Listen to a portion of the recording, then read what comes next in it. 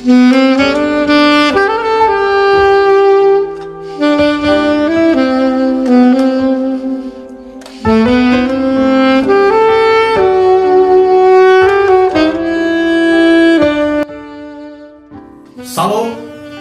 selamat hari Minggu. Bapak Ibu yang dikasihi Tuhan, kita akan mendengarkan firman Tuhan.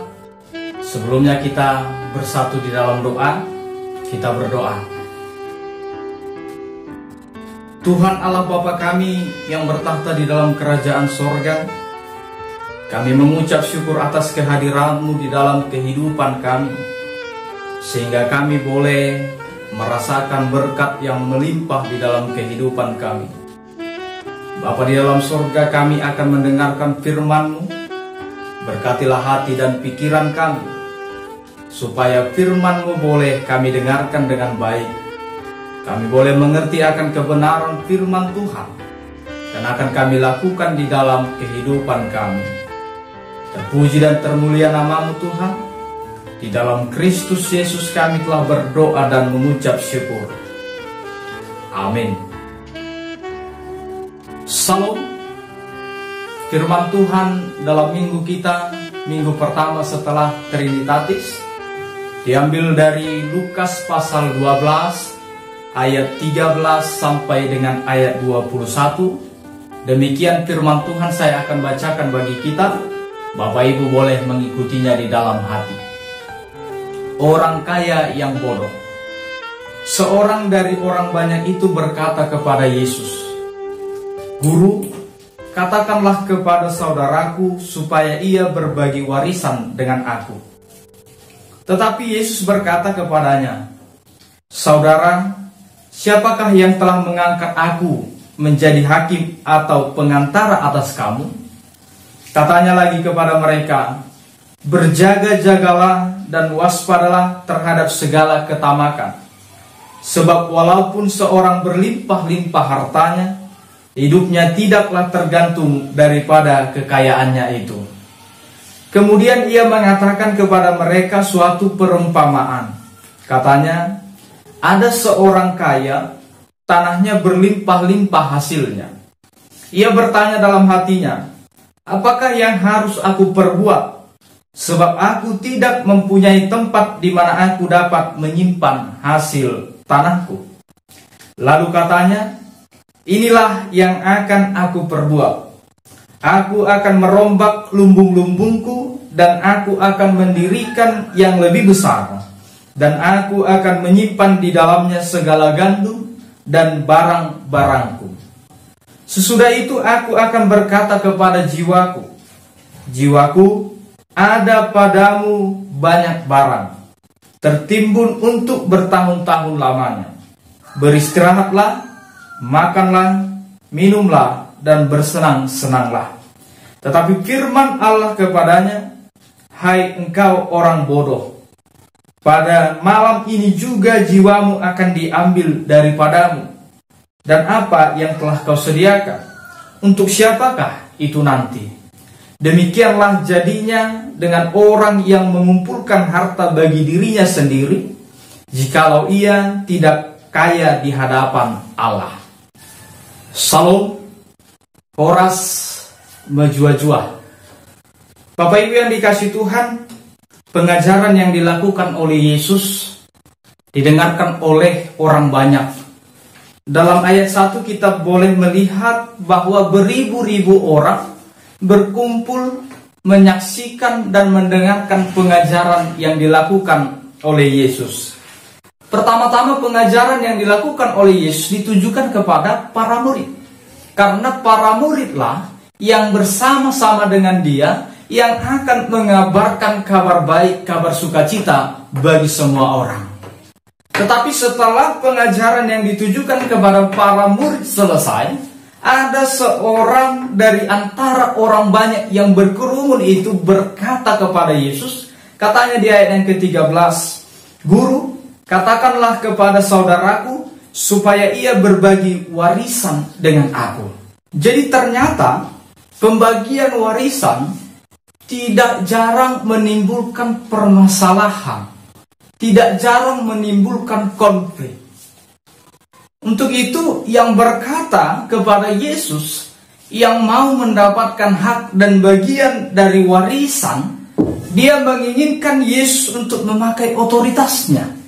Dia ingin Yesus untuk memakai otoritasnya untuk membantunya mendapatkan warisan atau kekayaan. Nah, Bapak Ibu yang dikasihi Tuhan, tetapi Yesus menolak untuk membuat suatu keputusan demi kepentingan satu orang. Makanya Yesus bertanya, saudara, siapakah yang telah mengangkat aku menjadi hakim atau pengantara atas kamu? Nah, Bapak Ibu yang dikasihi Tuhan, dari sini Yesus memberi peringatan kepada yang berkata itu, atau kepada orang yang mendengarkan pengajarannya di ayat yang ke-15, berjaga-jagalah dan waspadalah terhadap segala ketamakan. Nah, Bapak Ibu yang dikasihi Tuhan, kita bisa melihat bahwa Yesus sangat menentang yang namanya ketamakan. Sehingga Yesus mengatakan, waspadalah dan berjaga-jagalah. Dalam bahasa Yunani, pleonexia, ketamakan itu artinya kehausan untuk memiliki sesuatu yang lebih banyak. Jadi apa yang kita miliki, ketika kita haus untuk memilikinya lebih banyak lagi, kita tidak merasa cukup akan hal itu, maka itulah yang dinamakan ketamakan. Bapak Ibu yang dikasihi Tuhan, maka dari itu kita harus menyelidiki diri kita. Kita mengintrospeksi diri kita, apakah dalam hati, dalam pikiran kita ada sifat mementingkan diri sendiri, atau ada sifat haus akan lebih banyak lagi sesuatu hal yang ada pada kita. Ketika kita sudah memilikinya, tetapi kita menginginkan yang lebih banyak lagi dan tidak puas dengan apa yang kita miliki pada saat itu, adalah bentuk ketamakan. Jadi Bapak Ibu yang dikasihi Tuhan, mari introspeksi diri kita. Mari kita melihat diri kita. Apa sebenarnya yang terjadi dalam hidup kita? Apakah kita memiliki keinginan untuk memiliki lebih banyak lagi dan hanya mementingkan diri kita sendiri? Nah, Bapak Ibu yang dikasihi Tuhan, untuk itulah Yesus memberikan pengajaran. Yesus memberikan satu contoh bagi seorang yang berkata dan menanyakan sesuatu kepadanya tadi. Yang berkata itu, dia katakan, ada seorang kaya, tanahnya berlimpah-limpah hasilnya. Ya, jadi perumpamaan atau pengajaran yang disampaikan oleh Yesus diambil dari kehidupan nyata.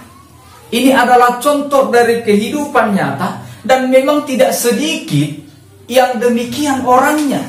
Bahkan sampai sekarang Bapak Ibu yang dikasihi Tuhan, banyak orang yang demikian seperti yang disampaikan oleh Yesus, yang memikirkan hartanya saja. Nah, Yesus mengatakan dia adalah orang kaya yang bodoh.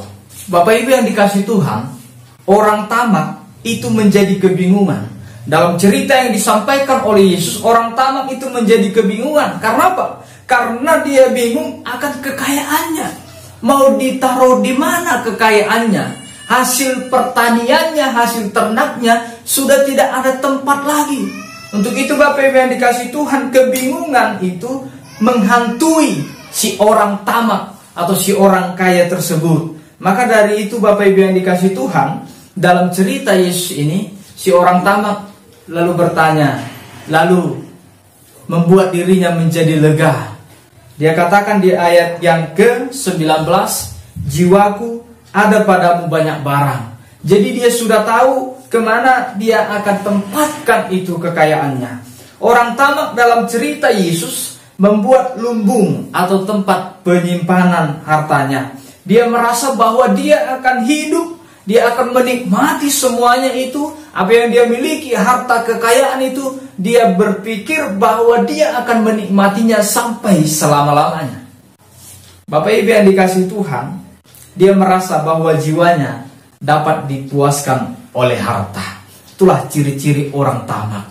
Untuk itu Bapak Ibu yang dikasihi Tuhan, firman Allah jelas mengatakan orang tamak itu adalah orang bodoh. Kenapa demikian? Karena tidak sadar bahwa kehidupan itu tidak bergantung kepada harta, tetapi bergantung kepada Tuhan. Nah Bapak Ibu yang dikasihi Tuhan, orang yang tamak itu tidak memperhatikan Tidak menyadari bahwa akan ada panggilan mendadak. Panggilan mendadak menghadap kepada Allah. Kita tidak tahu kapan waktunya tiba, tetapi kekayaan harta yang kita miliki tidak akan dibawa mati. Bapak Ibu yang dikasihi Tuhan, itulah kesimpulan yang disampaikan oleh Yesus. Setelah dia menceritakan satu contoh kehidupan nyata kepada orang yang berkata supaya dia mendapatkan harta warisan dan bagiannya, Yesus menyimpulkan bahwa kekayaan itu haruslah dipergunakan untuk menolong orang lain.